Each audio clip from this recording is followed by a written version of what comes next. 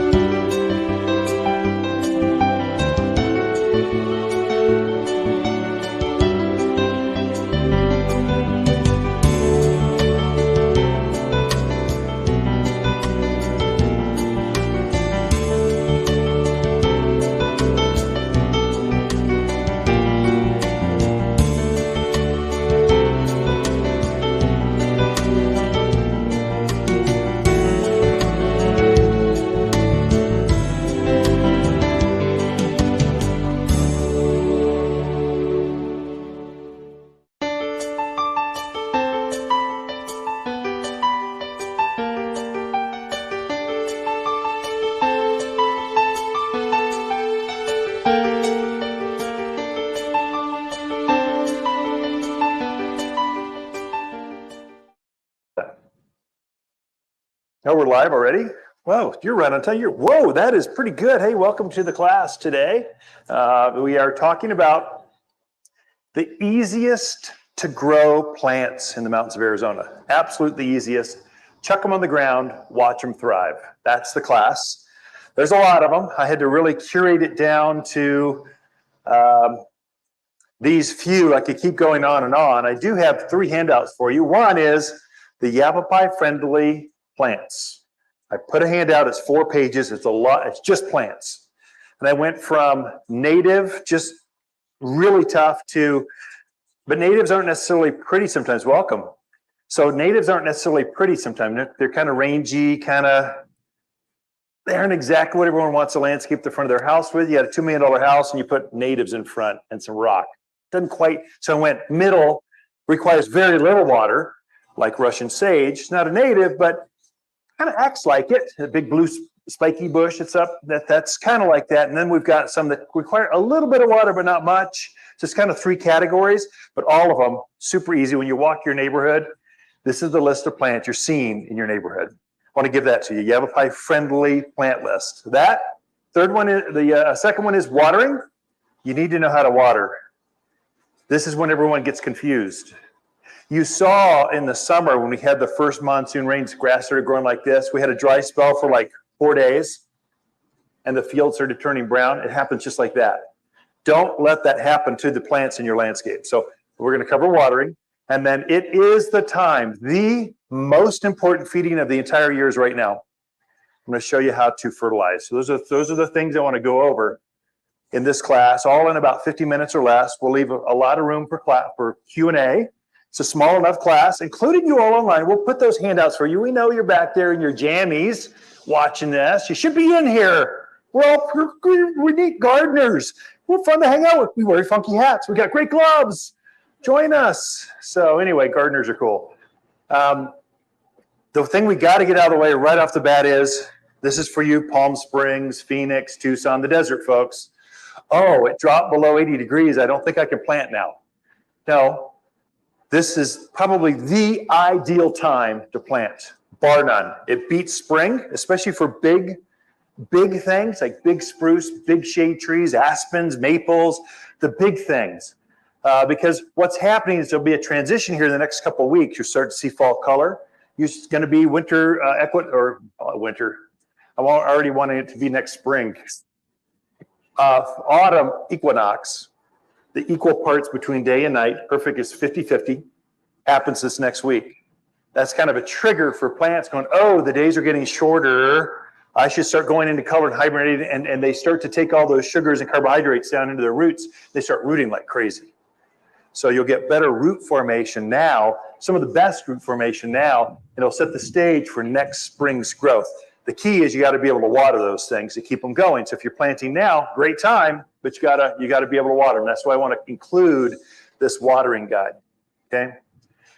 Yes, you can plant. Just bar none. Yes, you can plant. as long as you're planting things that like cold. So zones 7 and colder. So 7, 5, 4, 3, 2, 1. Plant those plants. Don't plant zone 8, 9, 10, 11, 12. Those are phoenix plants. Those are annuals. So it's not the time to plant zinnias. You'll get 2 weeks out of them and they're going to vaporize on you. It's not the time to plant geraniums.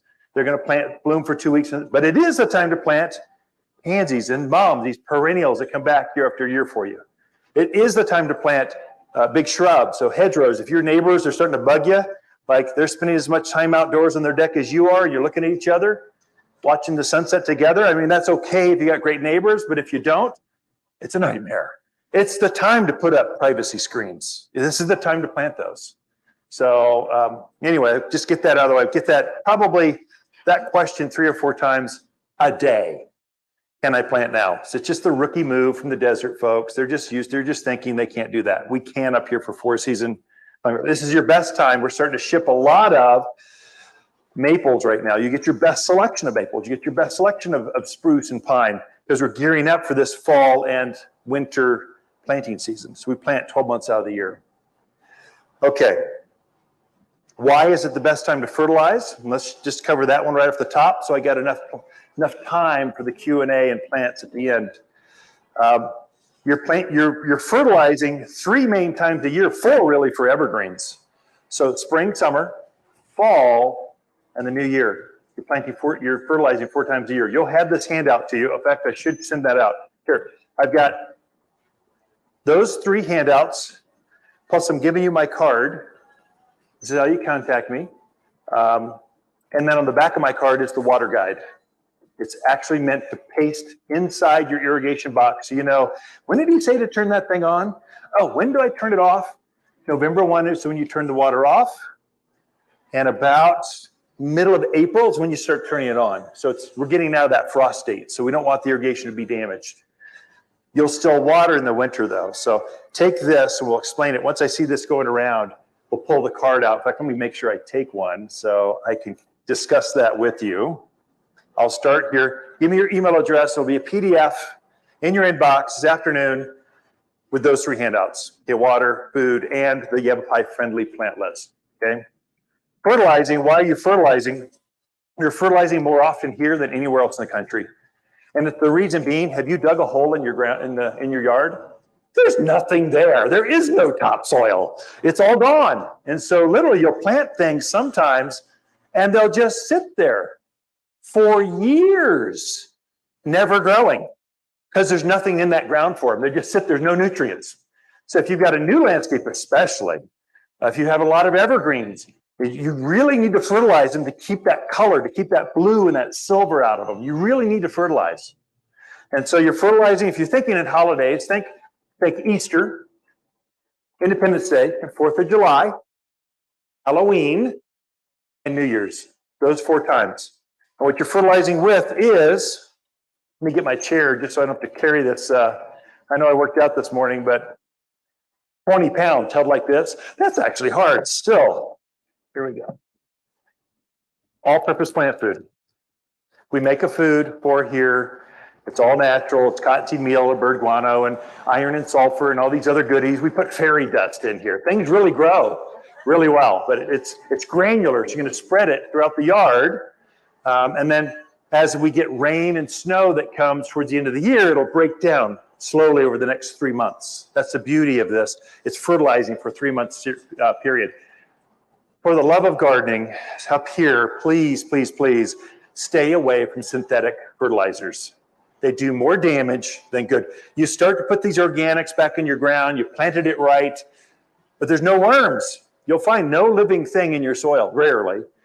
But now it's starting to activate. You're starting to bring worms and mycorrhizal colonies, all these good things in the soil. The plant's starting to root. You put some synthetic fertilizer. These are petroleum-based chemical fertilizers, and they burn your beneficials in the ground. They actually shoo off your worms and stuff. So, and they don't last in the ground very long.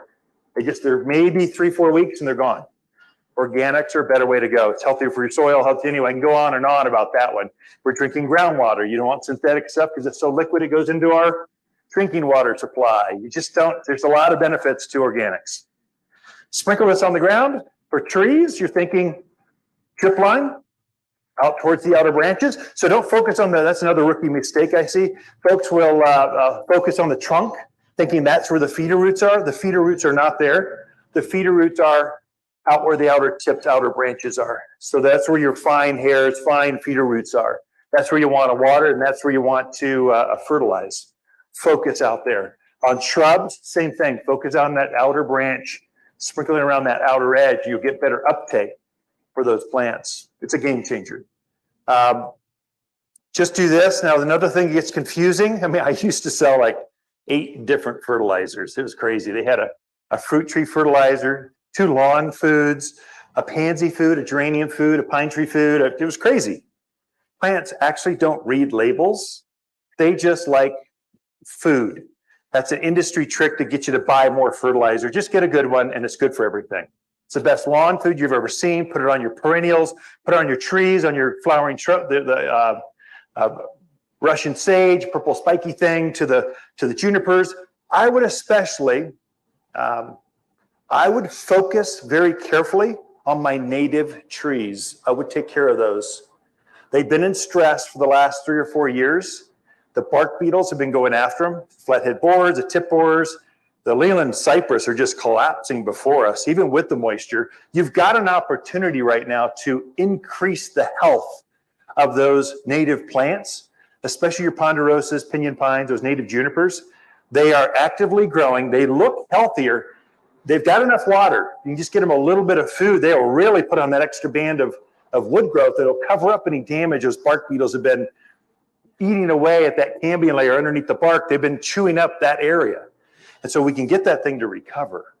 And this is an opportunity. When you get a nice, moist season like we've had, it's a real game changer to keep your plants healthier than your neighbors. And when we get the next collapse, and it will, we seem to have really healthy and then really dry. That's just how we operate in the mountains. Bugs know, focus on the weak plants. Don't take on a healthy plant. A healthy plant will kill you. They'll get the colony. They'll suffocate the colony. They're after easy prey. So just like a lion going after a gazelle, and they're going after the weak, the old, the slow. That's what bugs are doing, only they do it by the thousands. A bark beetle's the cutest little beetle. He's like that big. But they start attacking a tree, and then they send off a pheromone that says, hey, party's over here. Bring chips and salsa. Let's take this one down. They focus on it. So you want to make sure your plants are healthier. So I've been really focused this year, especially on my natives. The pinyon pines have been, the scale of it, taking those things out terribly. And so I'm fertilizing those. Don't overdo it. Don't water them. You have plenty of moisture for them. Just give them some food to get them to get some new growth on them. The other thing I'm doing right now for my pine, ouch, that doggone prickly pear bit me. For my pine trees, my evergreens, the conifers, the things that put on needles, not so much the things that put on foliage, but needles, they would greatly benefit by adding a soil drench. This is a bug killer that you mix up in a watering can or 5-gallon pail. You pour it right at the trunk of the tree, and it will take it's like an inoculant. It's like a vaccine for trees. It goes up underneath the bark, taints the bark. So when a bark beetle or flathead borer, some of these bugs go after them, it taints it so that they won't eat it. And so one application lasts for a year. If you have not done this year on your trees, especially the valuable ones, it's not practical to do the entire forest, but some plants, some trees in your yard are really some of you built your house around the trees. You modified your landscape to accommodate these native plants. Take care of those. It's really, really important. This is something you do not have to hire an arborist for. You can do it yourself. It's super easy. So I would do these 2 things right now. This for the entire yard. The soil drench, tree and shrub soil drench, I would do for my conifers specifically. Maybe I could open that up to anything I've had issues with. If you've had aphids on your aspens more than usual, okay, that would benefit. But really, I've seen so much damage done to the pine trees that I want to really open that up to you. And this is something you can do that's easy. You can do it now, and it makes a big difference down the road. If you've ever had to hire a big ponderosa pine cleared out of your yard, it's very expensive. I mean, it's just, you just want to keep them healthy and growing. Those two things. Questions on that, fertilizing? We're all good? Let me just wrap up with one other. This is going to be this coming year is going to be spectacular for fruits. Fruits, apples, pears, cherries, peaches, apricots, nectarines, you name it. It's going to be over the top because we didn't have fruit this year. So they started to leaf out, started to bloom, and then we had a real deep freeze in April of this year that took out the fruits. Well, fruits like to rest a year and then fruit a year. Whenever you get something where they don't have to work very hard, they can just focus on foliage and roots, the following year is blockbuster. It's really important to fertilize those fruiting trees. I think you'll get a benefit next year by putting on, we make a separate fruit tree food. It's a different one than this. I would get that one. If you've got fruit trees, get also a bag of fruit tree food. I think that will help you next spring get bigger apples. I mean, pears that just melt in your mouth. It's a different formula, different recipe. Plant foods are kind of like cookie recipes. It's the same.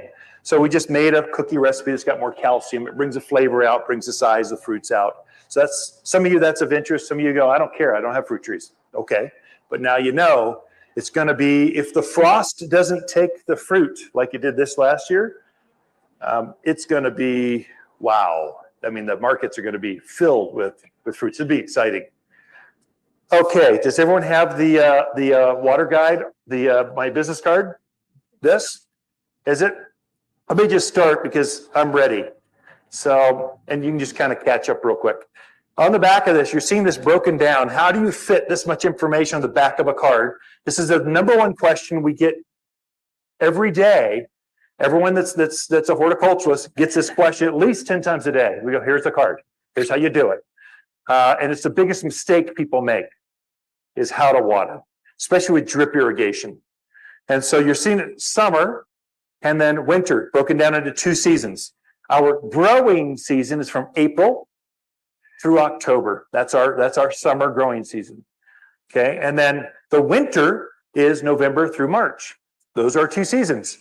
You need to water every month of the year. I can't emphasize that enough. Your landscaper's going to shut that system down and not water until next April when he's got crews to power that system back up. But we can go easily 3, 4, 5 months with no water in winter. We have seen that over and over again, and that's what's going to damage your plants. We call it winter burn. When a plant is dry, then we get this cold phenomena. You know what I'm talking about. The weatherman's going, oh, it's a cold one. It's coming down. It's coming from the north. There's going to be 3 inches of snow. And then people are running to the grocery store. The shelves are cleared out because they got to hunker down for like a day and a half. It's that event. That's what damages your plants.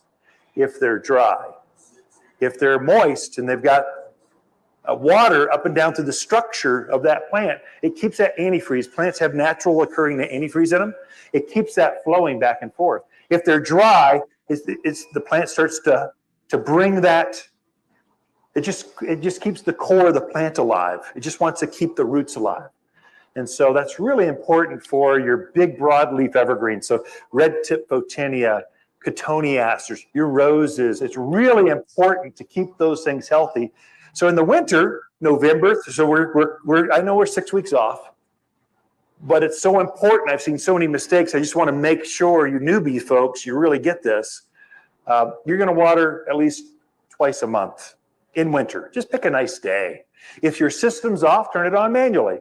If your system's off, you got some new, water by hand if you got new things out there. Take a hose, old-fashioned. Drag a hose and just water the plant in. An inch of water sitting on the surface will penetrate about 6 inches of soil. So now you can mentally go, oh, I've got a tree I planted last fall and it was this big. Oh, I need maybe 3 inches of water on top, and that'll water it pretty well. And so do that a couple times a month in winter. Right now, you should be watering, I would say at least, even with all the moisture, at least once a week. And that's what we're doing here. We say during the growing season, April through October, you're watering established plants. It's trees, shrubs, vines, things with the bigger root structure. You're watering once a week. A deep soak. So what I find is most folks don't do drip irrigations. They don't water long enough. They're thinking, oh, I used to flood irrigate in Phoenix or pop-ups in California and just flood everything. And it was a massive water amounts. Here, that drip emitter is flowing for an hour before it even gets 1 gallon of water on the plant. So you've got to run that system 2-3 hours, or probably have more than just one emitter to get enough moisture around a big tree. So anyway, that makes sense. Water once a week right now through the end of October. I've got too many people right now going, the rain will solve all my problems. And again, an inch of rain is a lot of rain. How far does it penetrate? About 6 inches. Is that enough for a big tree? Not even close. I would take advantage of the rain and try to push more moisture further down and try to store up some moisture in my root zones around my plants by adding to the rain with my drip system. So just don't turn it off too early. It's tricking you into thinking it's been moist. It hasn't been moist enough. Those rains we had, what about 10 days ago? It's it was scary. It was so much lightning in the middle of the night. None of that rain drops, none of it pushed into your soil. It all ran off. It's coming down so fast, it just gathered up and ran down the dry washes. Your plants didn't benefit as much as you think that they did. So just kind of something to be aware of. So that's why I bring this up, okay? Again, another secret goal, since I got friends in the audience, you folks right there, you got the URL, just print it out. My goal is to get my logo in every irrigation box in Yavapai County. So I'm competing against the box stores. And so when you sell your house, I want the next owner to go, oh, I wonder Waters, who are they? I think I've heard of them. Oh, I'm going over there. So it seems to be working pretty good. I've been doing this for a few decades and it's working pretty good. So that's meant to help you. Okay, now we are on to the plants. Take a quick swig. Get my caffeine jolt. So I broke things down.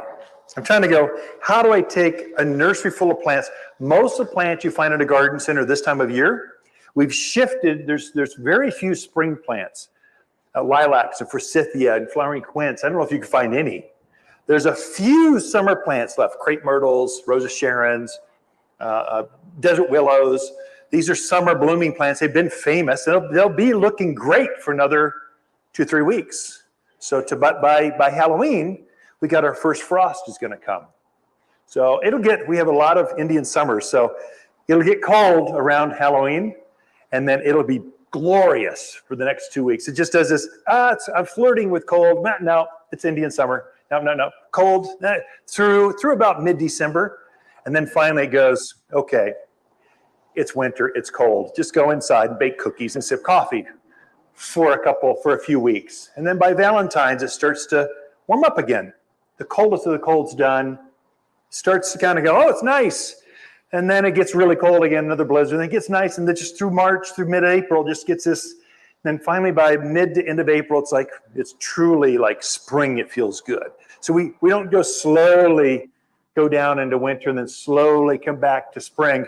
We violently do that. It's because of the altitude that we have. We just have that 5,000 foot level. It just makes there's more swings in temperature. So your plants are okay with that as long as you water them. So especially if you're gonna plant a few new things this year. So let me just go from this side this way. I try to get 3 plants that go together that grow in the same climate, grow in the same zone, look good together, and they're easy to care for. So I went to the nursery, what are 3 plants that look really good together? And so I'm just going to show those. I'll throw them out there 3s at a time. In fact, maybe I should. Ken, I'm going to go off screen for a second. Hold on, folks. I'm going to go get a shopping cart. It's a bigger platform than this chair. That way the folks on camera,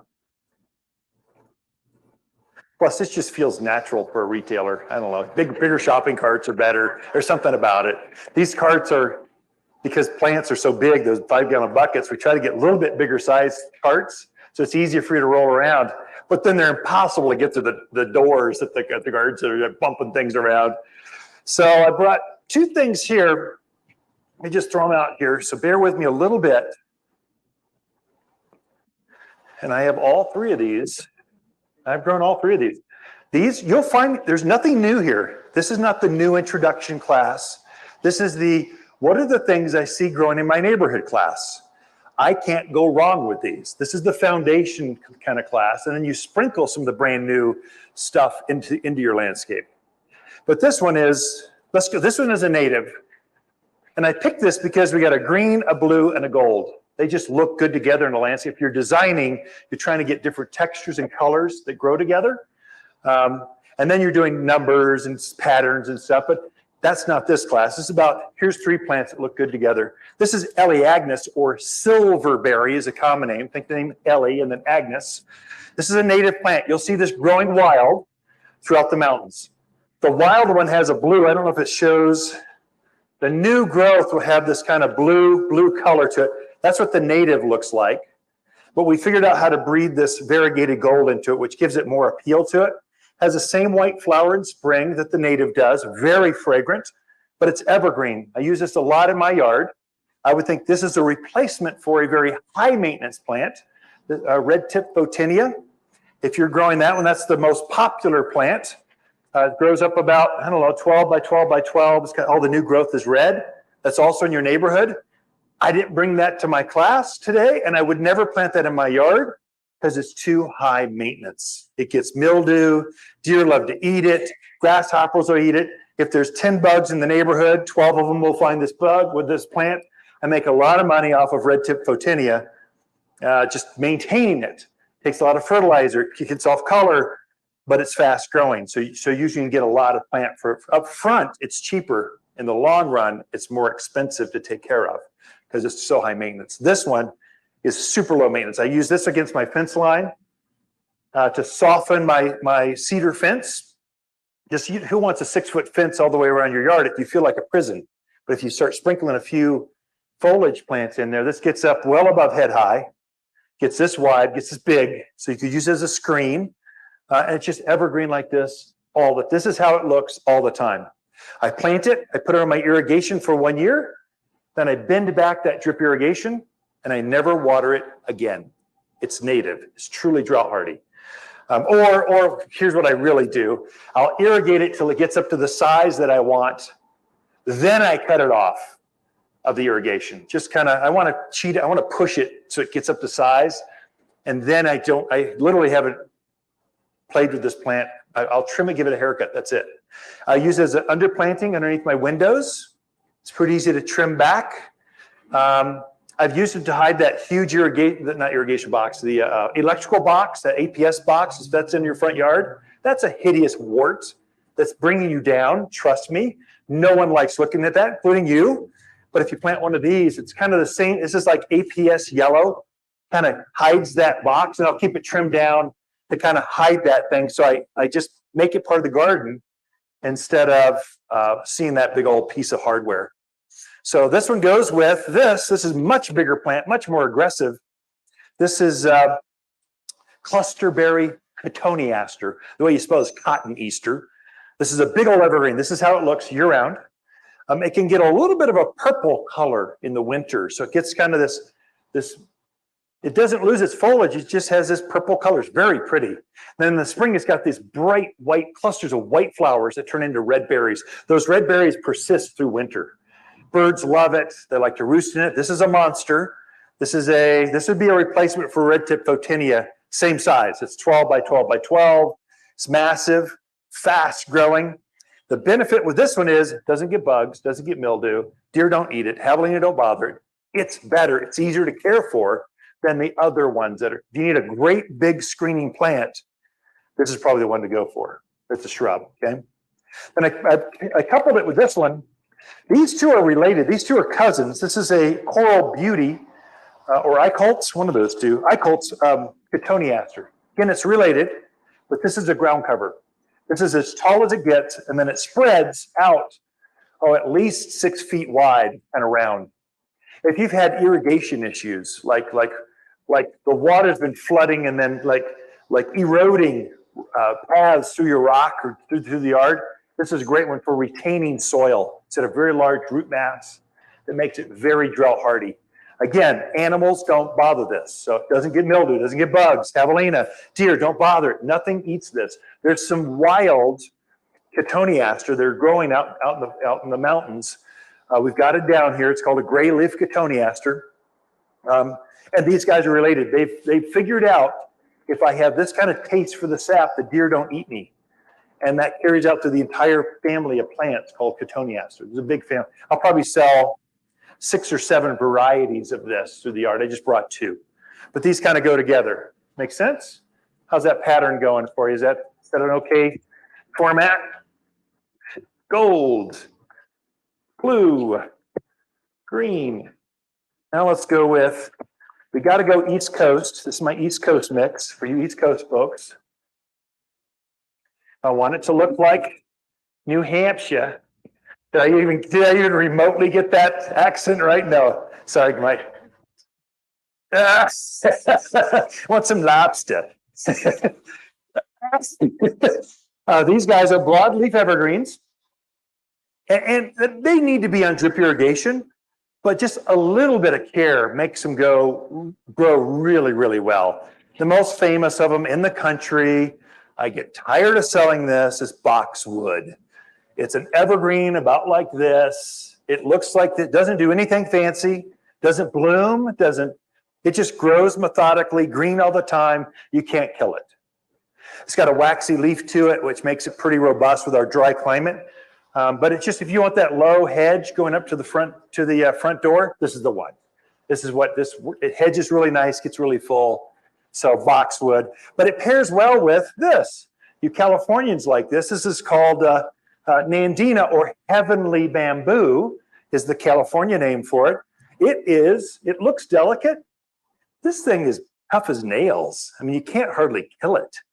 So it's just it has a bamboo kind of foliage to it. It's not truly a bamboo. It's not as weedy, but it has different heights to it. This happens to be Gulfstream, gets up about this high. Your regular Domestica gets kind of big, almost too big for most landscapes. So we're trying to introduce more dwarf varieties. So you can plant it and never prune it. That's the goal. The beauty with this, I plant these in containers. I've got them up and down my site. I have quite a few of these different varieties. I like them because they're evergreen, but really in the winter, if they're in more sunshine, they turn this bright red. They're really, really pretty. If they're at least 6 hours of sun or more in winter, they're going to get this, they change color. They hold their foliage, but they get this bright red, bright oranges, bright colors, and they'll revert back to green to you. Some of them frequently get white clusters of flowers and red berries on them, but it's a good evergreen for your, and the beauty, animals don't bother this. They don't eat either one of these. So deer, rabbits, javelina, rabbits seem to be a problem right now. Like the rabbit population has gone from not too many to, oh my gosh, where'd they all come from? It's been a good year for plants and the mammals. I put this one down here, and this one's kind of, bear with me, it's kind of old fashioned. This is called low grow Pyracantha. Now your grandparents called it firethorn. It's got a thorn on it, but it's tough. I think we need to reintroduce it. It's a great plant for here. I use this one on the corner where people want to, I've got this stair step where it's kind of dangerous. Like people want to cut across and it's like a 3-foot precipice, but they want to cut the corner to go up the gates, to go up the, so I use this to kind of go, it's got thorns, don't cut the corners, go around and make sure you don't fall in the pit. So, and it works, and it's evergreen. It gets orange berries. It's got white flowers in the spring. The birds love it. The beauty with low grow, so your Red Victory or some of these big boys, some of them are huge. They get up 10, 12, 15 foot tall. They're massive. This one just stays cute and little like this. So it's way less maintenance, doesn't get too much. You're not going to be pruning on it all the time. So I would put these 3 things together because they look good. It's got a green, whatever color this is, bright green, and then whatever, they're all greens. They scream, I should be planted in Virginia or something. So, but they do really, really well here as well. So, yeah, Pyracantha. Or firethorn. When you need to prune it, just make sure you got big, sturdy, long leather gloves. And I went with, you gotta have junipers. You gotta have a yucca. and you got to have a Potentia. You're seeing these all over the place right now. You see a shrub, I got to move this cactus. It keeps biting me. Come on now, get back there. Look at that thing. Ouch. Yow. This one, let's start with this. This is Potentia. It's a 3-foot bush, gets up about like this, kind of ball-shaped, bulletproof. It blooms from April through October. It's amazing. Animals don't eat it. Full sun. Add more sun. Then take a blow dryer to it. It likes that. So this is Potentia. It comes in several different colors, kind of an apple blossom and a tangerine color, but yellow seems to be the most robust. If you're not sure which one to go with, this is the hardiest of the variety. It's called Gold Star or Goldfinger. This is Goldfinger. Just has flowers the size of this quarter all season long. It is deciduous. That is, it'll lose its foliage in the winter. Doesn't look like much, but animals don't eat it. It's just bulletproof. It's just easy to grow. It pairs really well with, this goes in the same landscapes. This is the bigger softleaf yucca. Now we have a lot of smaller yuccas, but I think sometimes I did this one because it gets bigger. It gets like this big. Potentia is a little bit smaller. And then this juniper just spreads like this. So you got a green, I'm going for textures is what I'm doing with this one. So different textures and different colors. So then they grow together in the same part of the landscape, full sun. Animals don't eat either one of these. And they're just bulletproof. They're just easy to grow. This one gets that great big white flower to it. So they're different. I probably have 4 or 5 yuccas over there right now. We got to cover red yucca. I've got that down the road, but this is one of the bigger ones to pair with this. The secret with this, so you should fertilize this. The mistake I've seen a lot of folks make, they're chucking fertilizers. Agaves and yuccas tend to gather water and nutrients and bring it to the heart of the plant. When you're fertilizing these kind of spiky plants, kind of take a handful and be more strategic with it. Don't pour it in the heart of the plant, or the plant actually brings it to the heart of that plant. It'll burn out the main stalk or the mother plant. Kind of just some school of hard knocks I've seen happen in the past. Be more strategic. That white flower that you're seeing, or any of your yuccas, as it gets done blooming, just take off that flower as close as you can. So that's the only pruning you need. Don't cut the whole foliage down. So that's a rookie mistake I see some maintenance guys do. They think this is a grass and they whack it right off. It takes years to recover. This is an evergreen. It needs to be, this foliage should be exposed all the time. I use this one a lot. Junipers get a bad rap. First of all, let me explain junipers. If you got a juniper allergy, first of all, who doesn't have a juniper allergy? We all do. To say you're unique and you're the only one is ridiculous. We all get it. You can feel your head clog up in March and April. Have you ever seen a male juniper pollinate the mountainside? He explodes with pollen. He is just going to populate all the ladies, not just next to him. We're talking all of them. Now the ladies don't have pollen. They don't cause allergies. They're the ones with the berries right now. Those are all females. The males have no berries. They're starting in another month, 6-8 weeks, they'll start getting this yellow hue. They're bulking up that pollen for next spring. So with that being said, we only sell females here at Waters Garden Center. We don't start things by seed. We take a very pretty female. They're always prettiest in the plant world. We'll take a cutting and we start with, so we have exact clones of a perfect female plant. They're prettier plants. And so they're not going to cause all those pollen issues. Okay, now you've justified, now you can have a juniper. Now that you're open to the idea, I love this one because this is an old gold juniper. I have real dark, I'm looking down on my decks. It's a 1.5 stories up, and then the slope keeps going. I've got ponds, hot tubs. It's beautiful back there. It's native, it's all this stuff. Hardy, I don't want to ever work on it, except maybe in the winter when I'm totally bored, I want to go nip on some stuff, but it's low care, but it always looks fantastic. This one I use a lot because it's real dark soil.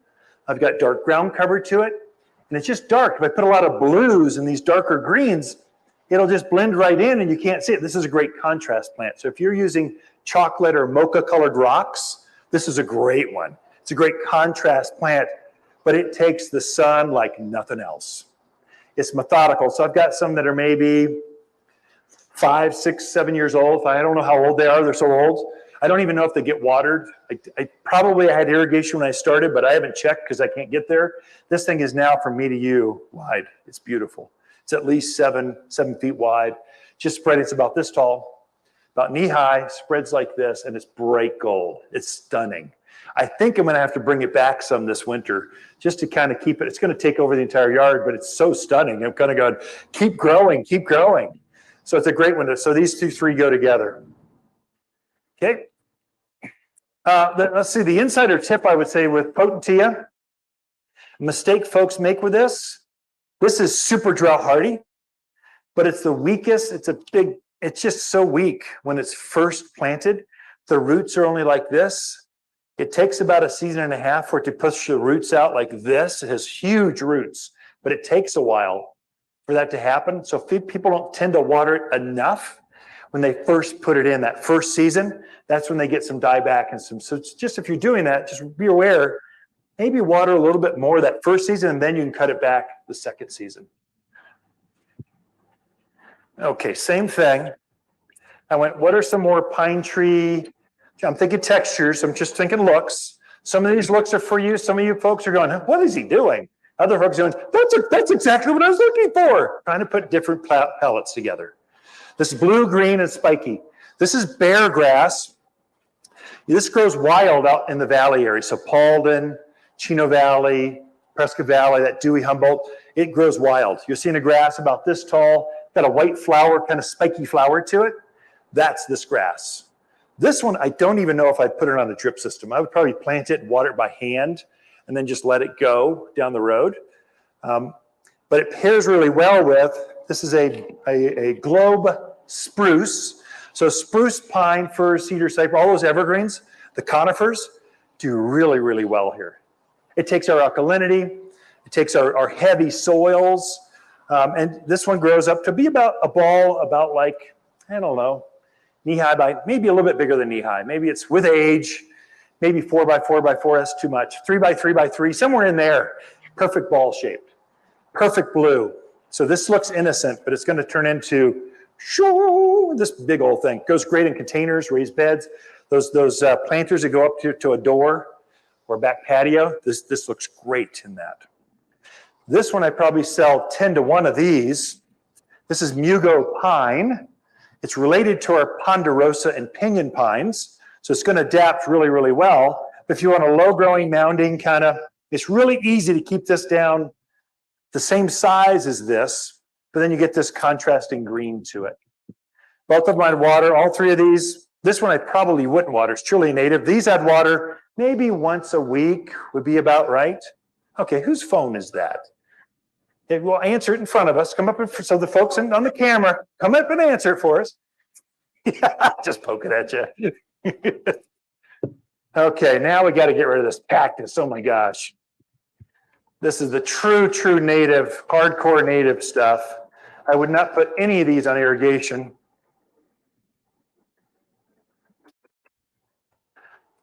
But you've got, again, blue, green, and a different texture. Blue, prickly pear. I probably have 3 or 4 prickly pears here in the garden center.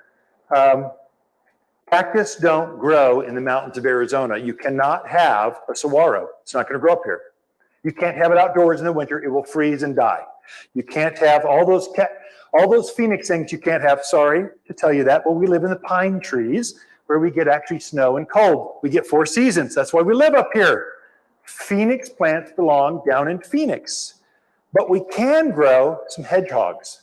There's those cute little pokey little things that come up through the rocks. We've got those over there. Quickly, they were too heavy to pick up. The 2 precarious, I didn't want to hurt myself. So I brought this one because I could pick it up easier. This is prickly pear. This is purple prickly pear. We've got little Loretta, little tiny miniatures. They're different ones.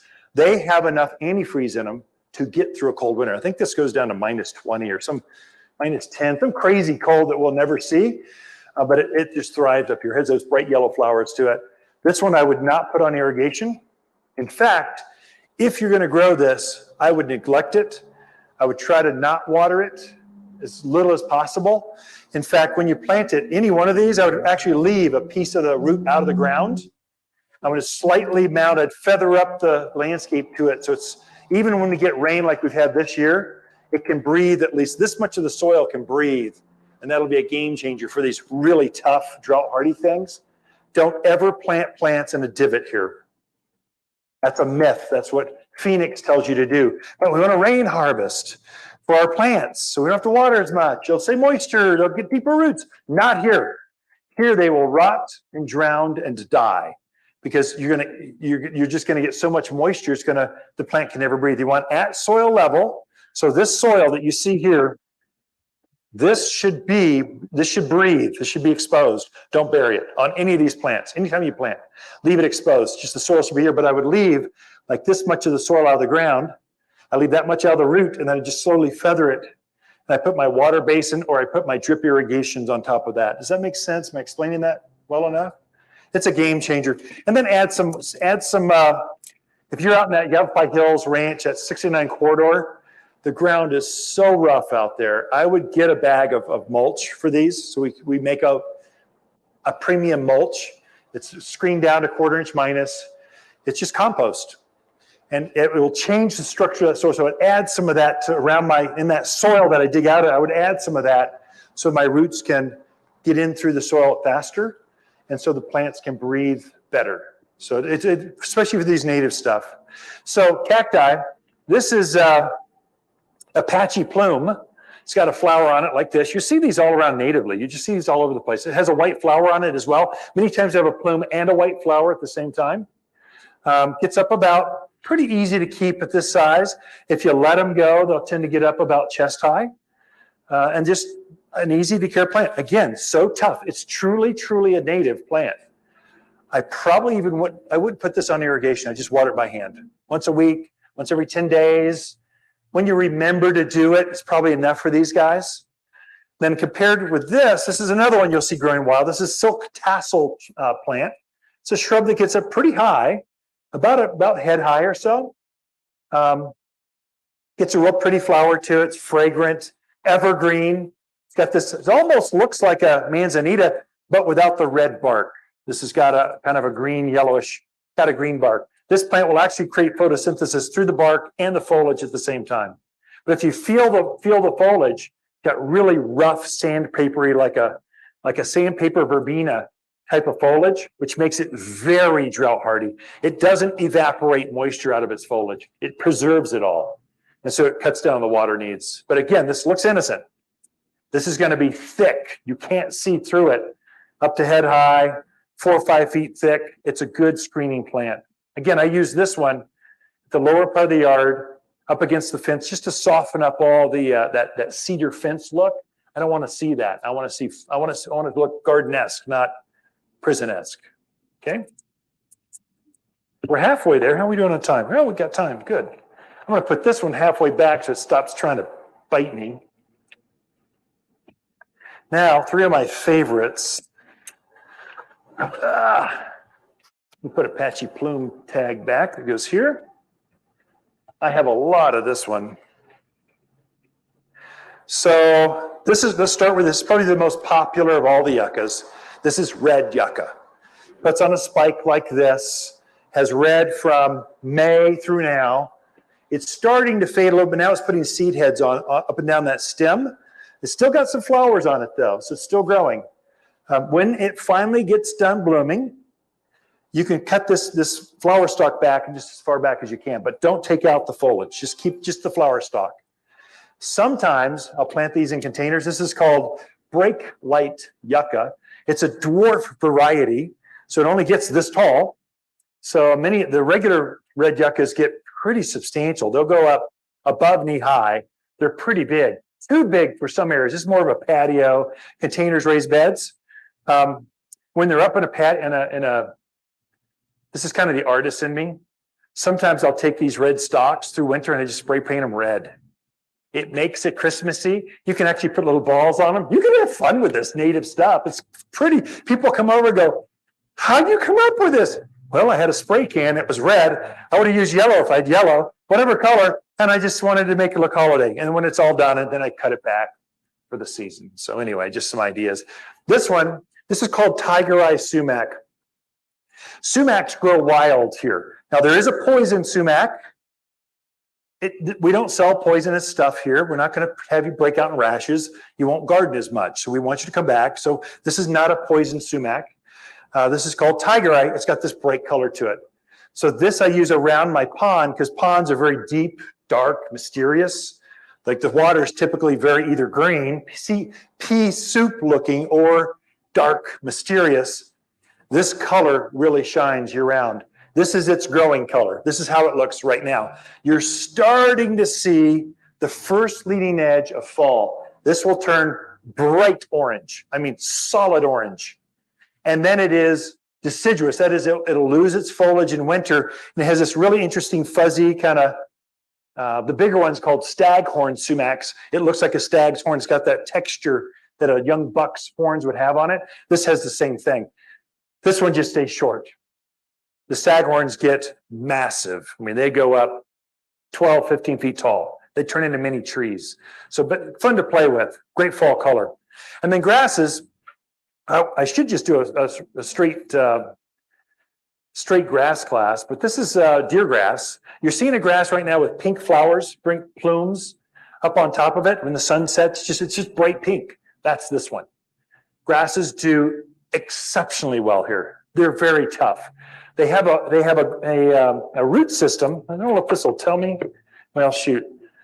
At the box stores, this would be really overgrown and it'd be matted up like a palm tree. But at Waters Garden Center, we have the perfect plants that don't do that. So this is many times I'll get this real fibrous root mass like a palm tree that just makes them they make them much more drought hardy than you would ever guess. So they're very robust. And we naturally live in the plains here, so the grasses just do well here. I think we need to introduce more of them, but grasses go with, these three things go together. Yeah. Okay. Again, I would not put, the sumac I would not put on irrigation. Oh, I haven't, it just grows fine. It's gonna come up in places in the yard. It comes up where you want, encourage it. If it comes up where it doesn't want, take a shovel and pop it out. It comes out really easy. So it's going to spread. This guy I would probably put on irrigation just because when it's in bloom, it tends to be kind of, it'll stop blooming if it gets dry. You just get a little bit of water, it'll keep that bloom cycle going longer and longer. And then grasses the same way. Grasses will go native. But if you don't water them, they'll look like the natives. They're green today. In a month, they'll be brown, and they go green again. If you want them to stay looking good, you can bridge that gap so they always look fabulous. Drip irrigation, water them like you would a tree. About once a week is probably fine. That will keep it going. Okay, this one. Again, more native-y kind of stuff. These mixes go together. You got it. You can't include a class like this without Russian sage. Okay, blue spiky plant, up this size. Now, a little secret, I think a lot of these get overwatered. Literally, they get drunk. I would not put these on the irrigation. If you started them out with irrigation, that's fine, but some of them are starting to lay over. Like after a rain, they're just kind of, I can't take any more water. It's just, they are out of it, man. They are just drunk with water. They can't take it, and they flop over. As soon as they dry out, they perk right back up and go, oh, I'm okay. I'm sober now. I'm okay. I think we overwater these, so just take them off and they'll bloom better. And I don't think we fertilize them enough. What I will do, kind of an insider tip, my name's Ken. We're just friends talking over the fence. This works for me. About once a month or so during the growing, when they're in bloom, I'll chuck a handful of super phosphate. It's 0.18. It's all that middle number. That middle number is what causes flowers. So if you want to keep these things just really blooming better than anyone else in the neighborhood, superphosphate for any of that summer blooming stuff makes them really shine. It really makes them fabulous. So that's kind of an insider tip on that one. Manzanita, that's this guy. This is truly the evergreen with the red bark. It gets a white flower, bell-shaped flowers in March. It's the same one. We sell the big one, so Howard McMahon, that's the native one. It gets too big for a lot of landscapes. We're trying to introduce shorter ones too. So we'll have 4 different varieties that we grow. We figured out how to grow Manzanita. which is kind of a different, is to propagate, not to grow, to propagate Manzanita. And so it's difficult to get it to root out. So, but once you figure that out, it's all about soil and the water pattern, you're golden. So there's a lot of varieties with that. Again, Manzanita, do not put it on irrigation. Try, if you're going to kill this, it'll be it got too moist. The soil's too heavy. It can't breathe. It must drain. So drainage is really good for Manzanitas, probably for all three of these. And then Little Rita, this is a miniature copy of the big boy I saw. This is a prickly pear. Goes really well in rock gardens, just cute. Again, don't water this. Just put it out there. Pray for abuse. You want more dry wind. You want 100-degree weather. These are all going to perform better in that kind of environment. Go on that cruise for a month and a half. Come back. You're still going to look great. So the number of people that go on vacation come back and they're all dead. Like we hire a house sitter to watch our plants and we know at least 1 or 2 plants are going to die. We figure that's part of the cost of traveling, but we like to travel. It's worthwhile. I did pair that with this. Anyone know what that is? Vinca or periwinkle, another name it goes by. And you can see what it's doing. And we need to actually cut it back. This is a ground cover. Gets that blue flower to it, about the size of 1/4 of 5 petals. There's several varieties. Dark green is the most common. I brought this one for variegation. The reason I brought this is I use this underneath my junipers. I've got a huge alligator juniper. It's massive. It's got 2 trunks. It's magnificent. I've pruned it up. I've got some art underneath it, and I want something to grow underneath that. So I want an underplanting so it looks alive. But junipers have a way of killing things. Their natural defense is they throw off this litter. They actually create this arsenic turpentine kind of thing that kills off everything. Doesn't kill this, and it looks fantastic. So it just kind of grows, and now it says, I planted like 5 of them, and now it's like this mat of just periwinkle. And it's a light color. I didn't choose the dark green one because it's shaded underneath that tree, so it wouldn't show up with this variegated pattern. Pops better. Anyway, this is an evergreen. Yeah, who said that? Yeah, good question. Very good. Anyone online? We know you're there. We're not forgetting you. I'm trying to stay in the camera shot, but it'd be easier if you were here. Okay, we got to cover these, the flowery things. How are we doing? Almost. We're going to end up just on time. Bloomers. I mean, you got to cover. Roses grow better here than anywhere else in the country. It's dry, it's bright, they love the altitude, they'll take our cold, they're great. But not all roses are easy to care for. Shrub roses, the reason I brought this is for that lesson. Shrub roses or ground cover roses are much lower care than a hybrid tea, a floribunda, grandiflora, these more, the ones your grandparents grew. We're trying to introduce more and more old-fashioned roses. They're on their own rootstock, so there's no fancy graft, which means if they get burned back, they come back naturally. They self-prune. This is called something in grits, grace and grits. When this is done blooming, it'll self-prune, drop off, and set a new bud all by itself. You don't have to count back 3 nodes, cut it at a 45-degree angle, refertilize, and it'll come back and bloom. You don't have to do that. It does it itself. So it's a blooming plant that does really well here. So, I mean, I have hybrid teas and stuff too. If you want that great big flower, these flowers aren't as big, but it puts more of them on. But if you want those great big flowers, we'll come in and get a hybrid tea. Mr. Lincoln, it's huge, but it needs special pruning.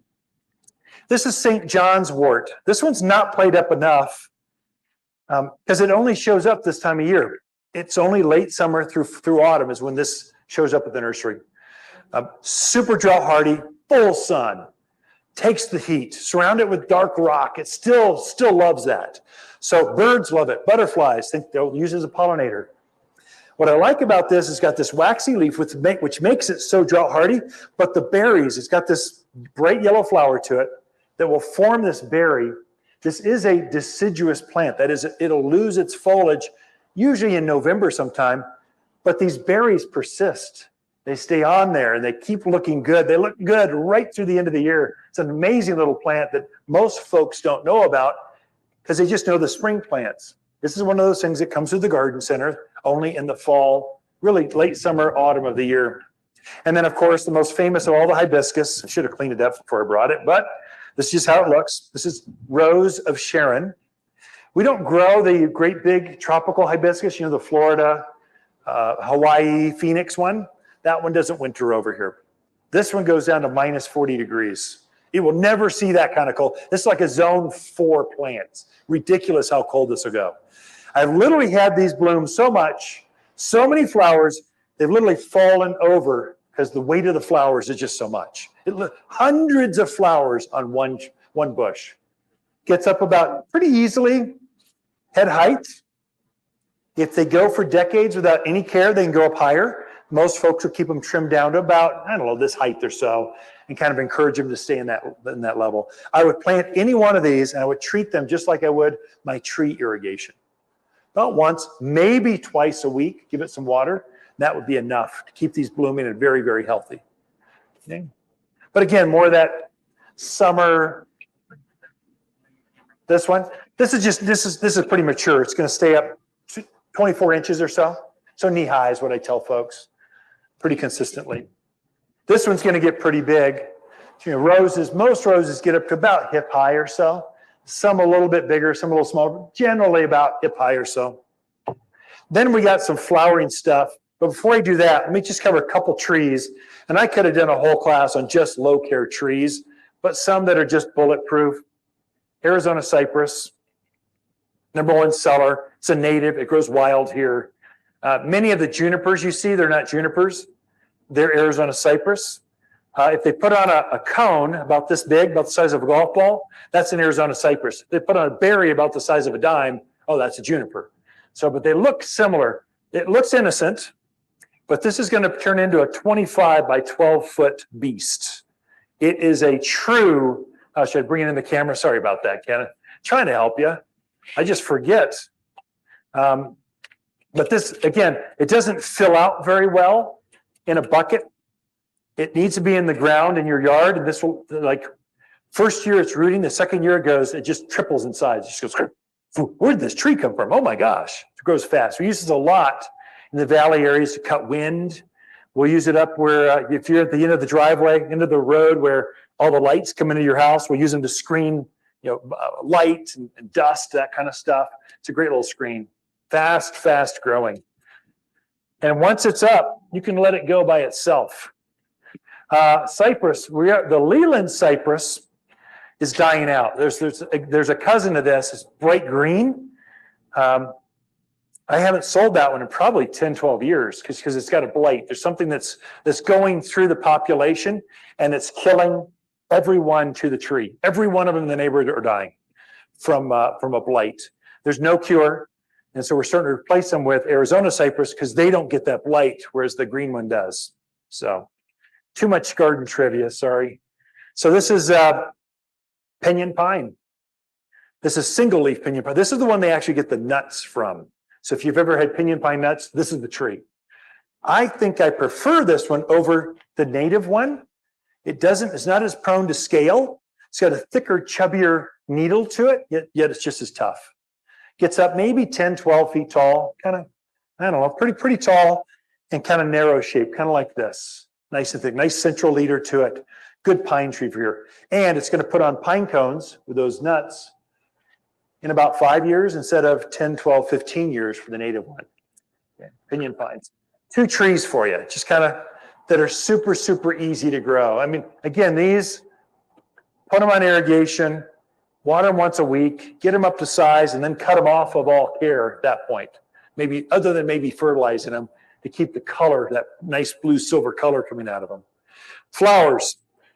So I got a couple flowers, kind of companion plants. I was trying to think the same way. These are all perennials, so they come back year after year. This is Gara. There's no common name for Gara, just G-U-A-R-A, Gara. You can come up and look at the tag. But it's got this foliage to it, and these flowers hover. This is pretty innocent, but they'll hover about, I don't know, knee high above the foliage. They just kind of blow in the wind. They're really pretty. Hummingbirds and butterflies. This is a magnet. It's a pollinator. They love the taste of this. So it goes really well with these guys. Everyone knows what this is. This is autumn sage or salvia. Gets up about knee-high, kind of ball shape. You're seeing them in your neighborhood right now. They're most famous in autumn because they bloom. They're late summer through fall is when they really are rock stars. Hummingbirds love this.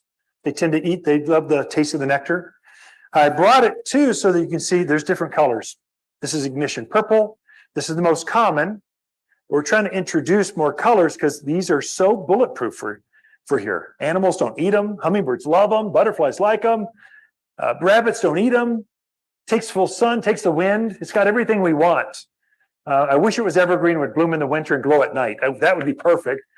Make plants like that, but it's a deciduous plant. It'll kind of turn kind of twiggy. You'll hardly even know what's in there in the landscape. And then starting usually the end of March and April starts to leaf out. And by usually the end of April, May, it's starting to bloom again. It'll keep blooming right through Halloween, really. Okay. And then I paired it with this sedum. I brought this just because sedums are confusing to my Californians. They come over, they're used to all these different varieties of sedums, salvia, sedums. Most of them are tropical. That is, they'll die out in the winter. This one is a perennial, so it's a huge family of plants. If you're planting out in the yard, make sure you're doing your homework so you know which ones, or buy it from Waters Garden Center, because we're only going to have the hardy ones. But I see a lot of folks buying the box store ones. They plant them, and then by Thanksgiving, they're all dead. So they were fabulous. They'll take the sun. They just don't take the cold. These ones, this one I've actually planted in containers. I'll plant the edge of raised beds because these tendrils will flow down, a good 2, 3, 4 feet. Gets a bright pink flower to it. We have several varieties: chartreuse, purples. This is a blue. Have fun with them. These are used in ground covers, in rock gardens, in saucers on those Santa Fe type of patios, kind of overflowing containers. Looks really good. This would look really good paired with this in a container with this on the edge, flowing over. They just companion plant with each other, so you can play with them. Evergreen. Okay, got them all. You all are good. You're just so patient. We're almost done. Bear with me. But you can't have a class like this without mums. I don't know why I have that agave. It doesn't fit, but we'll talk about it. So I use this one a lot. This is a perennial. This is called, your grandparents called it coral bells. But the new names, you've seen all the magazines, is heuchera, Heuch. I don't know how to look at the tag, heuchera. But it comes in different colors. It does get a flower that'll hover up and has this little bell-shaped flower. It's kind of insignificant. It's pretty, but you're really planting this for the foliage. It seems to bloom best in more shaded areas, but I've grown this in full sun, and it was fabulous. I've grown it in containers, this big old mounding thing that's just consistent, and mild winters or where it's more protected, like on a patio in a container on the south side, it'll stay evergreen. It's so tough. Many times I'll plant this at the base of my trees where the irrigation is for the tree. I'll plant this right there so the irrigation waters this and the tree, and it will take that same cycle of water, once a week, twice a week that a tree needs. It'll take that, bloom, and just be fat. Then it finally fills in. And I just have this undergrowth of heuchera underneath my trees. And as a tree matures, it's tough enough to take full shade, full sun at the beginning and full shade at the end. It's really robust. Quick lesson on mums. Mums are not just mums. Most mums you're seeing in florist shops or box stores are greenhouse grown. That is, they're not going to winter over with you. They're just sold as annuals. Here at Waters Garden Center, we want you to be more successful. Ours are grown outdoors, and they're a different variety. They're grown as perennials. They're going to come back year after year. I mean, some of my mums are massive. They're huge. They're beautiful. So if you're going to plant a mum, plant a perennial one because it'll come back year after year after year for you for many, many years. Comes in lots of color. I brought orange just because, well, it goes with pumpkins and autumn. It just screams I want to decorate with. Actually, this would go really well with, I'm jumping ahead, those just pansies. For my Midwest folks, they sell pansies in annuals. They'll sell them now, and you put them in the ground so that they have color through the end of the year. Here, we're so mild. This keeps blooming. right through winter. They never die back like they do in Michigan, Wisconsin, some of these Midwestern gardens. They keep blooming. In fact, these will keep blooming until middle of summer. Then they kind of fade out on you. So pansies do great. And agaves. It doesn't go with this mix. It's just pretty. This is that century plant. The rumor is it blooms once every 100 years.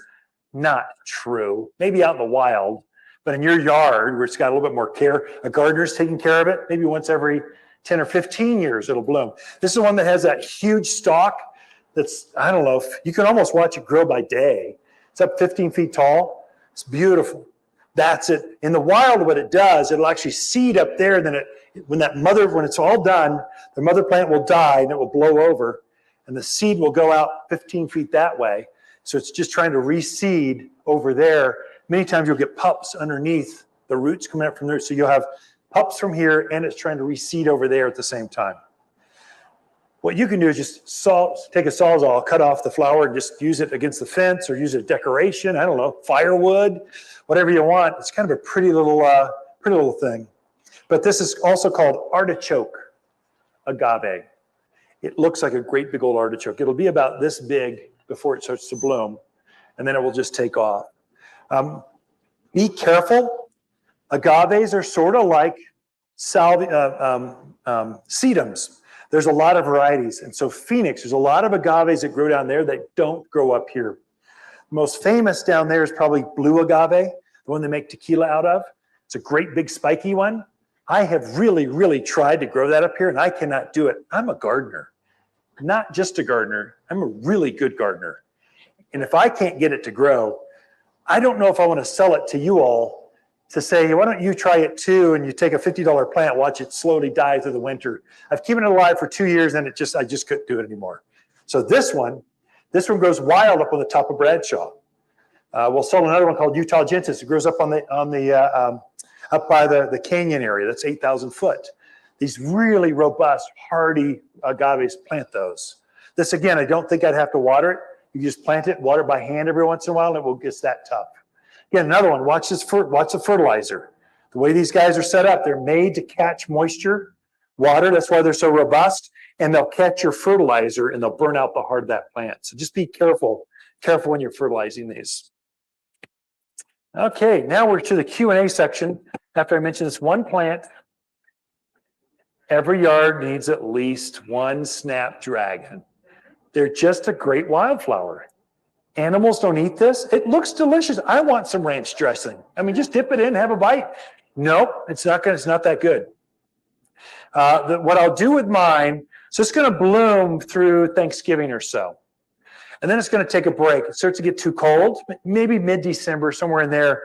And so these seed heads, I'll just trim them off right here, but I'll keep this green foliage on because it will stay evergreen right through winter. So I'll just trim it like that. Usually about Valentine's Day, I'll fertilize it again. I'll give it that all-purpose plant food. I'll sprinkle some of that, and it will start to go right back into bloom. By March, it's in bloom again.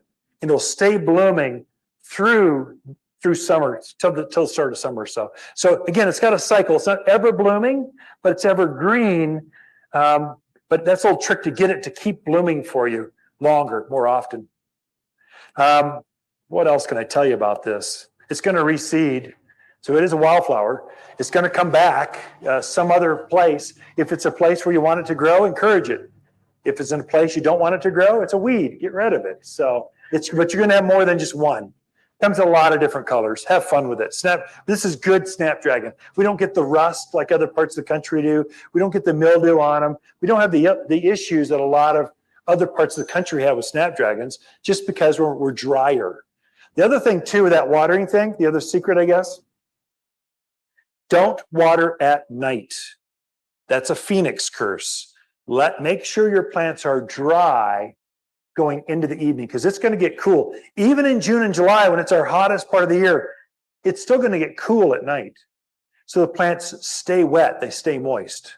And so that's when you get all these issues with mildew and spotting, curling. Right now, I'm going to put out a press release because it's so rampant on, you'll probably get a copy or you'll see it someplace, powdery mildew. I'm putting it together right now, just going, how do you deal with it? But if you've got white coating on the foliage, you're getting this white powder all over the foliage, and it's suffocating the plants. It's doing a lot of damage. Don't let it go. You need to get on that. It's simple. It's an organic called copper fungicide that takes it right out. So I'm trying to get that word out. Probably next week or so, I'll let that fly. I'm still writing it, so still trying to make sure it's a real epidemic, but I think it is. I see enough samples every day that I think it's not just in my yard. I think it's in everyone's yard. So questions, Q&A. You've been a good audience. Not a lot going on. Yep. Can you transplant, or do you want to? Or yeah, you're going to lose probably 10 out of 10. Maybe you'll get one to live. They just don't transplant. It's because it puts on a big, I call it a hockey stick, puts on a big root that just runs. It's just one. There's no way to get it to capture enough of the roots. And so if you do want to try it, I mean, I'm talking to gardeners. I've learned long ago, don't tell gardeners what they can or cannot do. They'll prove you wrong. But if you're going to do it, don't commit. Just do one. Do a really small one. Or if they've got, sometimes that mother plant have a sucker or pup coming out the side, try to go with that one and do it in midwinter. So I wait till January. Do it then and move it and see if it works. I wouldn't commit a whole lot of energy to it because in my prediction is you're going to lose most of them. So there I probably would, because again, you're going to sever all the roots. And I would actually get a bottle of the Root and Grow. We make a compost tea that helps plants root out. Your Manzanita would like that. It'll increase the chance of success. It's really rough. I'm tired of trying because I beat my head up against going, I just can't do this. It's not worth 1 in 10 survival rate. When you come down here and get one for $30 and just, I'm done. It's going to be successful. But it's about that rooting. Yeah. Good question. Anything else? Yep. Slay it 10 times fast. Yeah.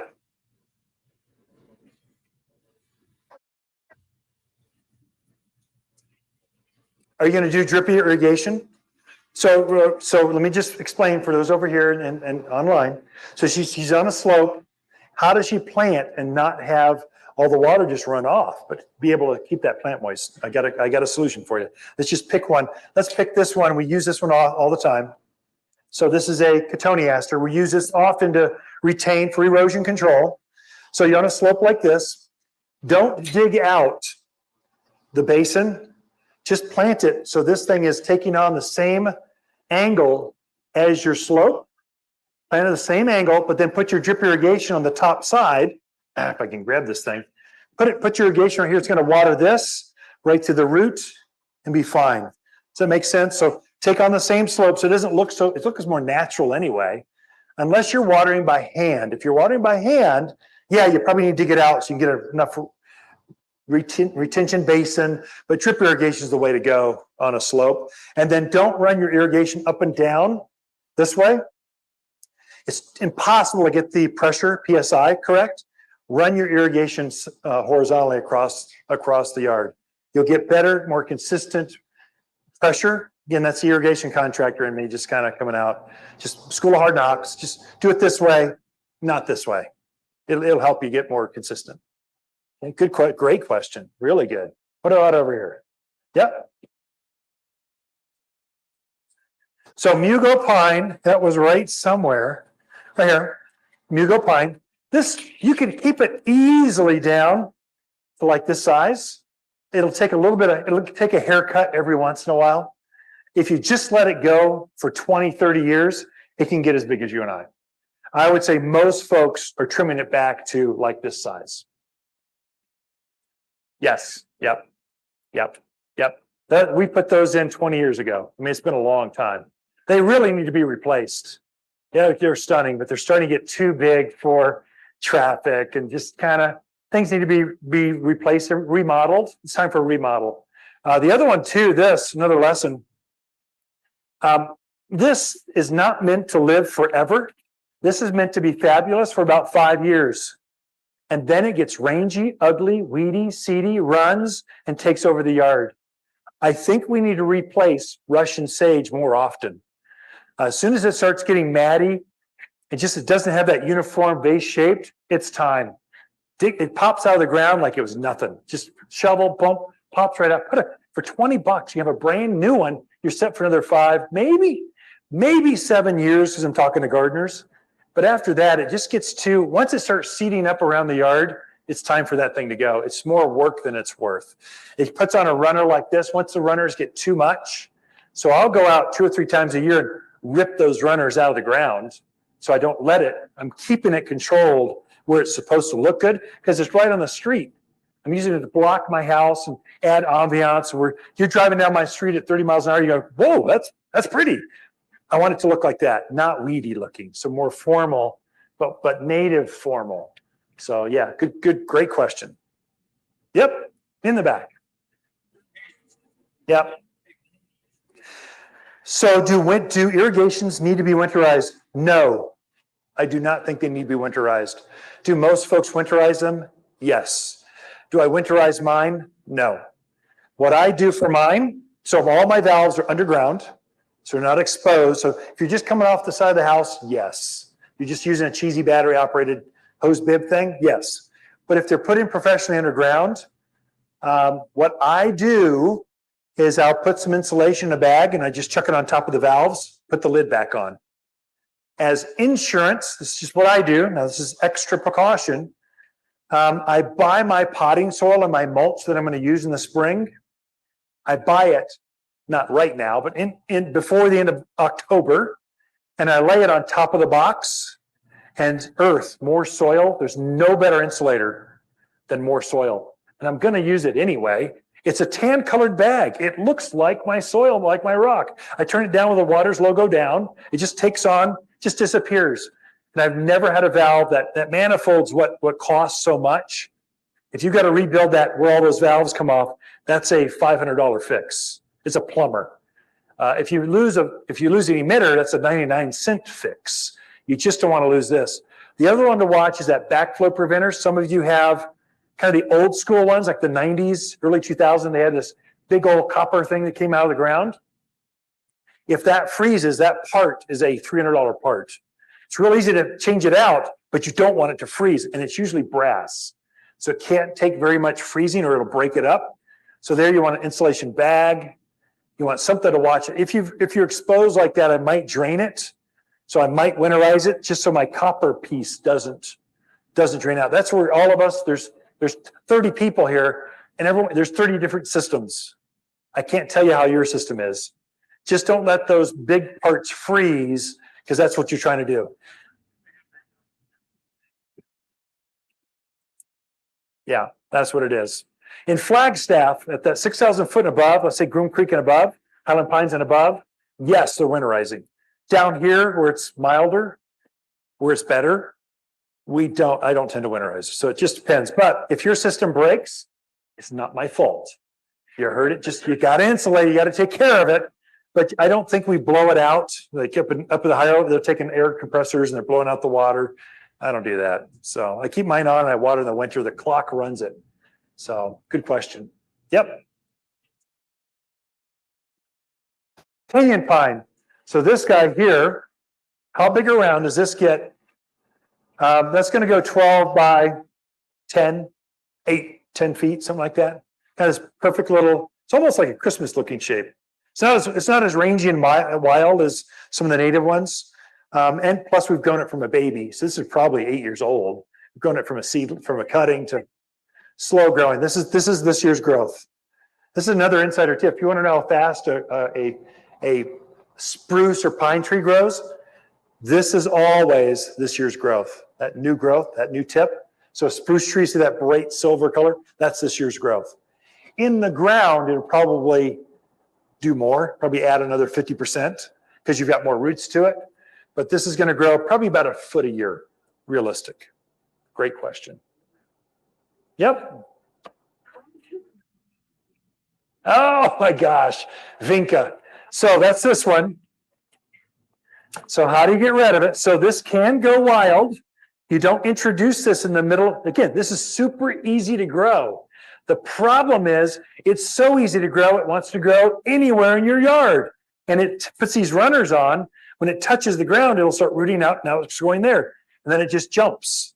So underneath the juniper, where the juniper is always trying to kill it, it's always shedding this debris on it. That keeps it in check. I don't have a problem. I would never introduce this in the middle of my flower bed, or all I will have in 3 years is this. Chokes out mums, chokes out salvias. It would choke out this. So what do? It's fairly shallow rooted. You can kind of rip it out by hand, but there's always roots left. She's been ripping for 7 years.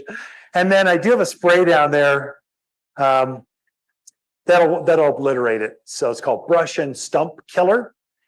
That will actually take this out. The secret with Brush and Stump Killer, so it's made to take out like oak trees, the elms that come up everywhere. That's what it's for. Also works on this.